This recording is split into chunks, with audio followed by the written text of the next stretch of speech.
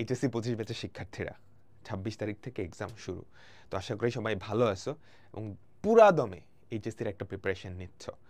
আর সবাই ভয় পাচ্ছ, আমি জানি, ভয় পাওয়াটা খুবই স্বাভাবিক, এটা নিয়ে ঘাবড়েও যাও না। তো তোমাদের এইচএসসি পরীক্ষা চলাকালীন এক্সাম হলে এবং পুরাটা সময় জুড়ে কিছু জিনিসপত্র একটু মানতে হবে। ওই স্ট্র্যাটেজিগুলোই আজকে আমি তোমাদের বলবো। তো বেশি সময় নিব না। প্রথমত সবচেয়ে ইম্পর্টেন্ট যে ব্যাপারটা, একদম লাস্ট মোমেন্টে চলে আসছো, এই সিনটা তোমরা দেখছো নন্টে ফন্টের, পাড়ায় আসিস বার্নিশ করে ছেড়ে দিও। দুজনের মারামারি হচ্ছে, দুইজন ইকুয়াল, মানে সমশক্তি সম্পন্ন। এখন ও বলতেছে ওর পাড়ায় গেলে ওরে মারবে, ও বলতেছে ওর পাড়ায় গেলে ওরে মারবে। আচ্ছা, তোমরা কুকুরের মারামারি দেখছো, কুকুরদেরও কিন্তু এলাকা থাকে। ধরো দুইটা কুকুর, দুইটা সমান শক্তি, এখন দুইটা মারামারি লাগলো, বলতে পারবা কোন কুকুর জিতবে? যার এলাকায় মারামারি হইতেছে সেই কুকুরটা জিতবে। কেন? ওর এলাকা, ওর কনফিডেন্সটা অনেক বেশি। সিমিলার কাহিনী বাংলাদেশ টিমের ক্ষেত্রে হয়। বাংলাদেশ টিম, ওর পারফরমেন্স যেমনই হোক, যদি দেখো বাংলাদেশের মাটিতে খেলা হয়, কনফিডেন্স কিন্তু বেশি থাকে। সেই সেম এনার্জিটা নিয়ে, মানে সেম টিমটা নিয়েই অনেক বড় বড় দলকেও হারাই দিতে পারে, তাই না? তার মানে এখানে যেই জিনিসটা ইম্পর্টেন্ট সেটা হচ্ছে কনফিডেন্স। ভয় না পাওয়া, আমার প্রিপারেশন যতটুকু হয়েছে ওটা দিয়ে ফাটাই দিব, দেখা যাক। বোর্ড পরীক্ষার কোয়েশ্চেন অত কঠিন হয় না, কিছু সিলেক্টেড টাইপের কোয়েশ্চেনই বারে বারে রিপিট হয়, তুমি ওইগুলা ভালো করে পড়ে গেলেই এইচএসসি পরীক্ষায় ভালো রেজাল্ট করতে পারবা। সো যার প্রিপারেশন যেরকমই আছে ইনশাল্লাহ ফাটাই দিবা। যার যেটা আছে ওটা নিয়ে যুদ্ধ করতে হবে। এখন তুমি যদি যুদ্ধের আগেই ছাড়া দাও তাহলে তো তুমি মারা পড়বাই। সো কনফিডেন্সটা সবচেয়ে বেশি ইম্পর্টেন্ট। ভয় পাবা না, যতটুকু প্রিপারেশন আছে অতটুকু দিয়েই ফাটাই দিব ইনশাল্লাহ। পরীক্ষার প্রশ্ন কমন কিছু টাইপ থেকেই আসে, ঠিক আছে? সো কনফিডেন্স রাখতে হবে, কনফিডেন্স রাখতে হবে। তোমাদের রুটিন এইটা। আচ্ছা, পরীক্ষার আগে বন্ধ আছে, প্রত্যেকটা পরীক্ষার আগে বন্ধ আছে, ঠিক আছে? ওই বন্ধগুলাকে ইউটিলাইজ করা লাগবে। ম্যাক্সিমাম ক্ষেত্রে দেখা যায়, ধরো একটা পরীক্ষার আগে 5 দিন বন্ধ, ওই 5 দিনের প্রথম দিন পরীক্ষা দিয়ে আসছো, ওই দিন রাতে কারোরই পড়া হয় না, পরের দিনও পড়া হয় না, মানে ঢিলামি করতে করতে করতে করতে আস্তে আস্তে পড়া হয়। এটা করা যাবে না, এটা করা যাবে না। তোমার যে 5 দিন বন্ধ থাকবে প্রত্যেকটা বন্ধ সমানভাবে ইউটিলাইজ করা লাগবে, নাহলে দেখবা একদম লাস্ট দিন গিয়ে মনে হচ্ছে ইস আর একটু যদি পড়তাম, তাহলে পুরো প্রিপারেশনটা নিয়ে যেতে পারতাম। সো এইটা করা যাবে না। একদম বন্ধগুলা প্রপারলি সুষমভাবে ইউটিলাইজ করা লাগবে। এই যে জীববিজ্ঞান আগে 5 দিন বন্ধ, তোমার 5 দিন তো জীববিজ্ঞান প্রথম পত্র পড়ার দরকার নেই। তুমি যেদিন পরীক্ষা দিয়ে, যে রসায়ন পরীক্ষা দিয়েই যখন চলে গেছো বাসায়, তুমি সাথে সাথে জীববিজ্ঞান দ্বিতীয় পত্র শুরু করে দাও, পরের দিনও 2 দিন জীববিজ্ঞান দ্বিতীয় পত্র পড়ো, তারপর কি ওটা করো। সো প্রপারলি ইউটিলাইজ করা লাগবে। আর এই সময়টায় শুধুমাত্র ইম্পর্টেন্ট টপিক যেগুলা বোর্ড পরীক্ষায় আসতে পারে সেগুলা রিভিশন দিবা। এখন রিভিশন কেমনে দিবা? তুমি এতদিন পড়াশোনা করছো, তোমার ক্লাস নোট আছে, তুমি জানো কোনগুলা বোর্ডের জন্য ইম্পর্টেন্ট, ওইগুলা জাস্ট রিভিউ করবা, জাস্ট পড়বা, ঠিক আছে? তোমার ক্লাস নোট অ্যান্ড যেখানে বই দরকার, ধরো বাংলা, তারপর বায়োলজি, এগুলোর ক্ষেত্রে বই দরকার, সেগুলো পড়লা। ইংরেজি, ফিজিক্স, ম্যাথস, এগুলোর ক্ষেত্রে ইম্পর্টেন্ট অঙ্কগুলো একবার দেখে যেতে হবে, ঠিক আছে? আর যদি কারো এরকম হয় যে কোনো চ্যাপ্টার ভালো করে পড়ো নাই, দুর্বলতা আছে, তুমি ওয়ান শট ক্লাস দেখতেছো, ওয়ান শট ক্লাস দেখতে পারো যদি কোনো চ্যাপ্টারের দুর্বলতা থাকে। ফর এক্সাম্পল দেখো, তোমাদের ওই যে আইসিটি ওয়ান শট ক্লাস আছে, ম্যাথসের ওয়ান শট ক্লাস আছে, এখানে তুমি কোনো একটা চ্যাপ্টার তখনই দেখবা, দেখো সরল রেখা 4 ঘন্টার ক্লাস, কিন্তু তুমি তখনই দেখবা যদি এটা আগে ভালো করে তুমি মোটামুটি না পড়ে থাকো, তোমার দুর্বলতা আছে, তুমি নোট দেখে রিভিশন দিতে পারবে না। যদি নোট দেখে রিভিশন দিতে পারো এখন ক্লাস করার দরকার নেই, বুঝতে পারছো? আর তুমি যদি ধরো তারপর তুমি দেখতে চাচ্ছ, তাহলে ক্লাস না করে জাস্ট নোটটা দেখে নাও যে নোটের সব কিছু পারো কিনা। আর একদম লাস্ট মোমেন্টে এসে লাইভ ক্লাস করাটা একটু time waste. So live class করার দরকার নেই, ওয়ান শট ক্লাস করলেই করতে পারো, স্পিড বাড়ায়, কিংবা যাদের প্রিপারেশন ভালো স্লাইডটা দেখলেই হবে। সো যে জিনিস তুমি পারো সেই জিনিস আবার ক্লাস দেখে পড়তে যাও না, বুঝতে পারলা? সো এটা হচ্ছে ওভারঅল সবগুলার ক্ষেত্রে গাইডলাইন। আর প্রথম পরীক্ষা যেহেতু বাংলা পরীক্ষা, আমাদের প্রথম পরীক্ষাটা কি? বাংলা পরীক্ষা। কিছু জিনিসপত্র, তোমাদের রেজিস্ট্রেশন কার্ড, তারপর অ্যাডমিট কার্ড, এই দুইটাই একটা ট্রান্সপারেন্ট ফাইলে নিয়ে যাবা, যাতে করে খুলে দেখানো না লাগে। এই ফাইল থেকেই তুমি দেখা দিতে পারো, এই যে এটা তোমার রেজিস্ট্রেশন কার্ড, এটা তোমার কি অ্যাডমিট কার্ড। তাহলে রেজিস্ট্রেশন কার্ড, অ্যাডমিট কার্ড, এগুলা পরীক্ষার আগের দিন রাতেই কি গুছায় ফেলবা। তারপর কলম, যার যেই কলম দিয়ে লিখতে পছন্দ, অনেকের হাত ঘামায় যায়, হাত ঘেমে গেলে কিন্তু খাতাও ঘেমে যায়, ঠিক আছে? সো কয়েকটা কলম, 3-4টা কলম একটু কি করে নিবা, রানিং করে নিবা। দেখা যায় একদম নতুন কলম নিলে কিন্তু এটা খসখস করে, হ্যাঁ? সো একটু লেখালেখি করে ওগুলো অভ্যস্ত করে নিবা, আর হাতটা একটু চালু করে নিবা। প্রথম পরীক্ষায় বাংলায় কিন্তু প্রচুর লিখতে হয়, 7টা সৃজনশীল। সো অনেকের হাতে একটু জড়তা চলে আসে, সো একটু লেখালেখি করে অভ্যাস করে নিবা, ঠিক আছে? আচ্ছা, তাহলে এটা গেল। তারপর হচ্ছে নিজের রোল নাম্বার, রেজিস্ট্রেশন নাম্বার এগুলা খুব সাবধানে ফিল আপ করবা, কোনো গোল্লা যাতে ভরাট করতে ভুল না হয়। আর যদি ধরো বাই চান্স ভুল হয়ে গেছে, তুমি প্যানিক করবা না বা টিচার থেকে লুকাবা না। ধরো তুমি একটা রেজিস্ট্রেশনের গোল্লা এখানে ভরাট করার কথা ছিল, তুমি অন্য জায়গায় ভরাট করে দিছো, ঠিক আছে? তুমি সুন্দর করে টিচারকে বলো, স্যার আমি এটা ভুল করছি, এখন আমি কি করতে পারি? টিচার কোনো একটা ব্যবস্থা করে দিতে পারছে। যদি ভুল হয় প্যানিক করবে না, ইমিডিয়েটলি সাথে সাথে জানাবা। তুমি পুরাটা লেখা শেষে তারপরে এসে জানাইলে কিন্তু হবে না, শুরুতেই। বুঝতে পারছো? আচ্ছা, তারপর এমসিকিউ। এমসিকিউ ফিল আপের সময় খুবই সাবধান। তুমি একটা সিরিয়াল মিস করে গেলে কিন্তু একসাথে গণহারে সবগুলা ভুল হয়ে যেতে পারে। একটু সাবধান একদম। তুমি একটা সলভ করছো, যখন গোল্লাটা ফিল আপ করবে একটু সাবধানে যে এটা কয় নাম্বার ফিল আপ, 19 নাম্বারটা কি তুমি 19 নাম্বারেই দাগাচ্ছ কিনা, মানে 19 নাম্বারটা দেখবে 20 নাম্বারে দাগাই দিছো অনেক সময়। তারপর এটা চলতেই থাকবে, এটা যাতে না হয়। ধরো দাগাই ফেলছো ভুল করে একটা, তখন তুমি টিচারকে বলবা যে এটা কি দেওয়া যায় কিনা।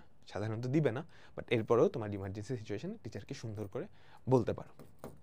আচ্ছা, এখন পরীক্ষা হলে তো গার্ড থাকবে, মানে টিচাররা থাকবে।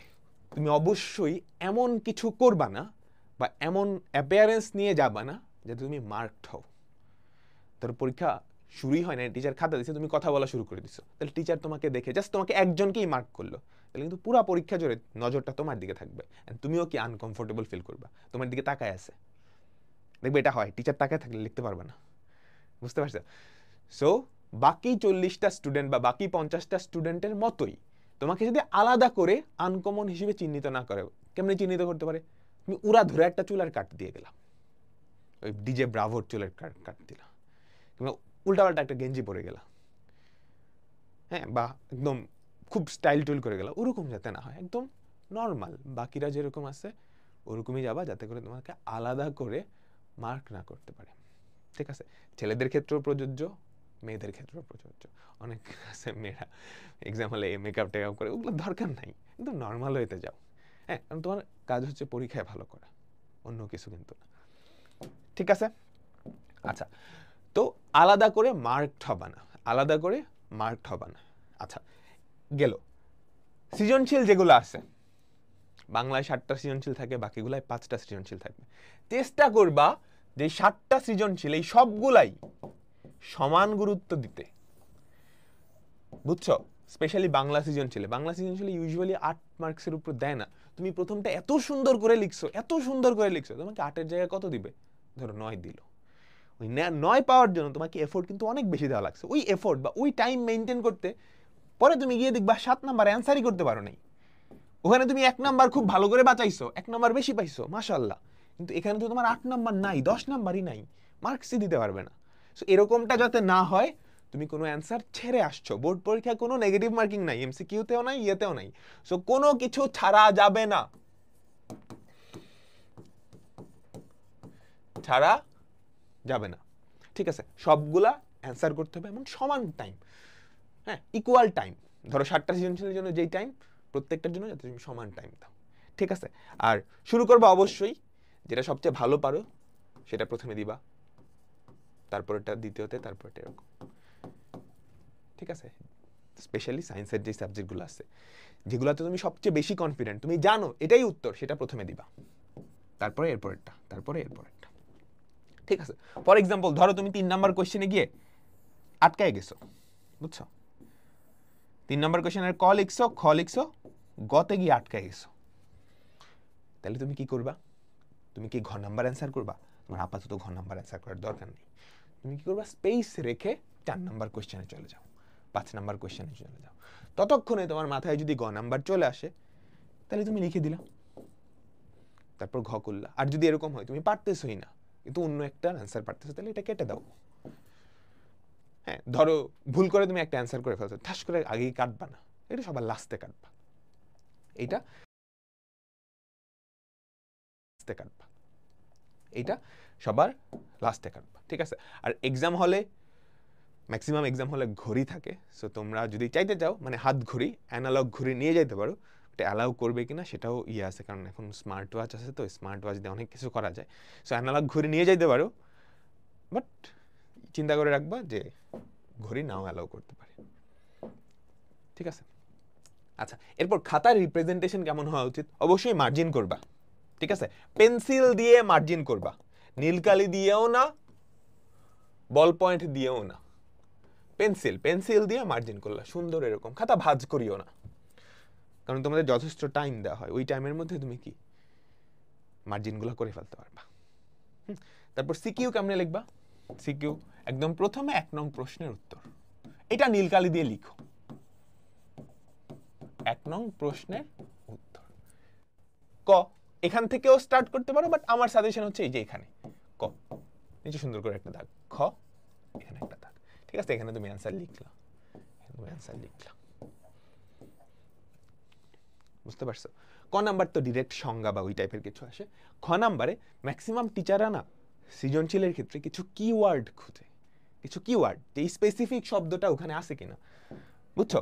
ওইটা যত কম্প্যাক্টে তুমি লিখতে পারো। হ্যাঁ, ধরো রসায়নের একটা কোয়েশ্চেন আসছে, ওই কোয়েশ্চেনটা রিলেটেড একটা স্পেশাল কিওয়ার্ড আছে যেটা থাকলেই কি টিচারের মন ভালো হয়ে যাবে, তোমাকে নাম্বার দিয়ে দেবে। সো ওগুলা ভালো করে লিখবা। আর কালো কালি দিয়ে লিখবা, নীল কালি দিয়ে হাইলাইট করার মতো কিছু থাকলে সেটা অবশ্যই নীল কালি দিয়ে হাইলাইট করবা। কালো আর নীল বাদে অন্য কোনো কালি ইউজ করার দরকার নাই, ঠিক আছে? লেখার মানে সাইজটা তোমার মতোই করো, বেশি হিজিবিজি করো না। হ্যাঁ, স্পেশালি বাংলা, তারপর Bangla first paper, second paper, ইংরেজি, এগুলোতে হাতের লেখা বেশি হিজিবিজি হলে নাম্বার একটু কমে যায়। সো যতটা সম্ভব পরিষ্কার ঝকঝকে রাখার চেষ্টা করবা, ঠিক আছে? আর কি, এই হচ্ছে ওভারঅল গাইডলাইন। প্রত্যেকটা পরীক্ষা দিয়ে আইসে তুমি সময় নষ্ট করবা না, বুঝছো? একটা পরীক্ষা দিয়ে আসছো, বাংলা দ্বিতীয় পত্র, এখন তুমি দ্বিতীয় পত্রের চিন্তা করে এটা খারাপ করতে হবে এরকম না। দ্বিতীয় পত্র পরীক্ষা দিয়ে দিছো, ডান, আমি ওইটা নিয়ে আর চিন্তাই করবো না। তুমি চিন্তা করলে রেজাল্ট ভালো হয়ে যাবে না, অ্যান্সার মিলাইতে যাবা না। তারপরে এসে বিভিন্ন ফেসবুক গ্রুপের পোস্টে এটার অ্যান্সার, এটার অ্যান্সার, দরকার নেই ভাই, ওটা চলে গেছে। এখন তুমি মিলাইলেও না মিললেও, বরঞ্চ মিলাইতে গেলে তুমি ইংরেজির প্রথম পত্রের টাইমটা ওয়েস্ট করে ফেলবা, বুঝতে পারছো?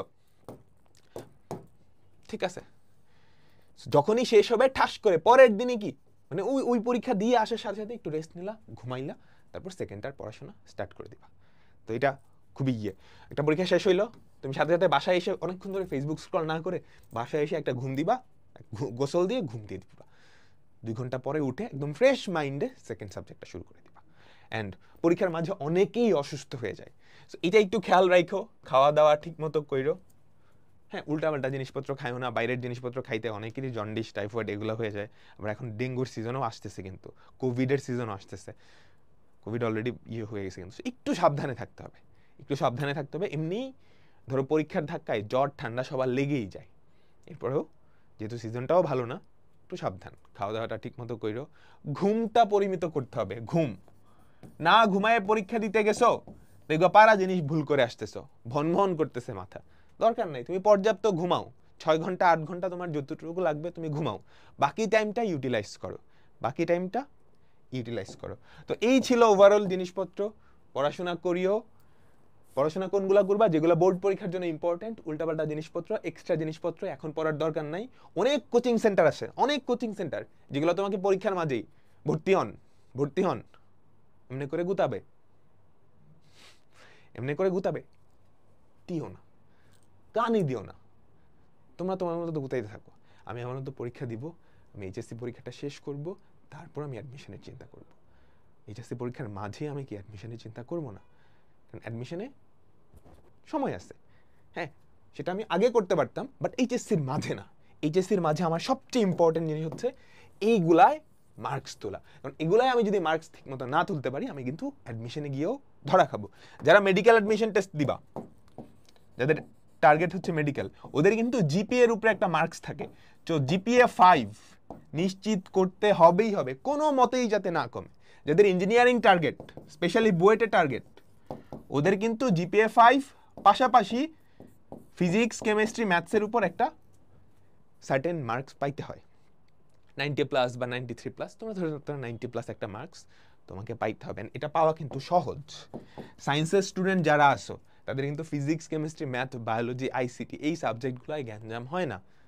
A+ সাধারণত ছুটে না, ছুটে ওই বাংলা ইংলিশে। সো বাংলা ইংলিশটা একটু সাবধান যারা সায়েন্সের স্টুডেন্ট আসো, ভালো করে পরীক্ষা দিও, হ্যাঁ, যাতে এই দুইটাই A+ না ছুটে। অনেকেরই এই দুইটা A+ ছুটে যায়, বাকিগুলো হয়ে যাবে, বাকিগুলো ইনশাল্লাহ হয়ে যাবে।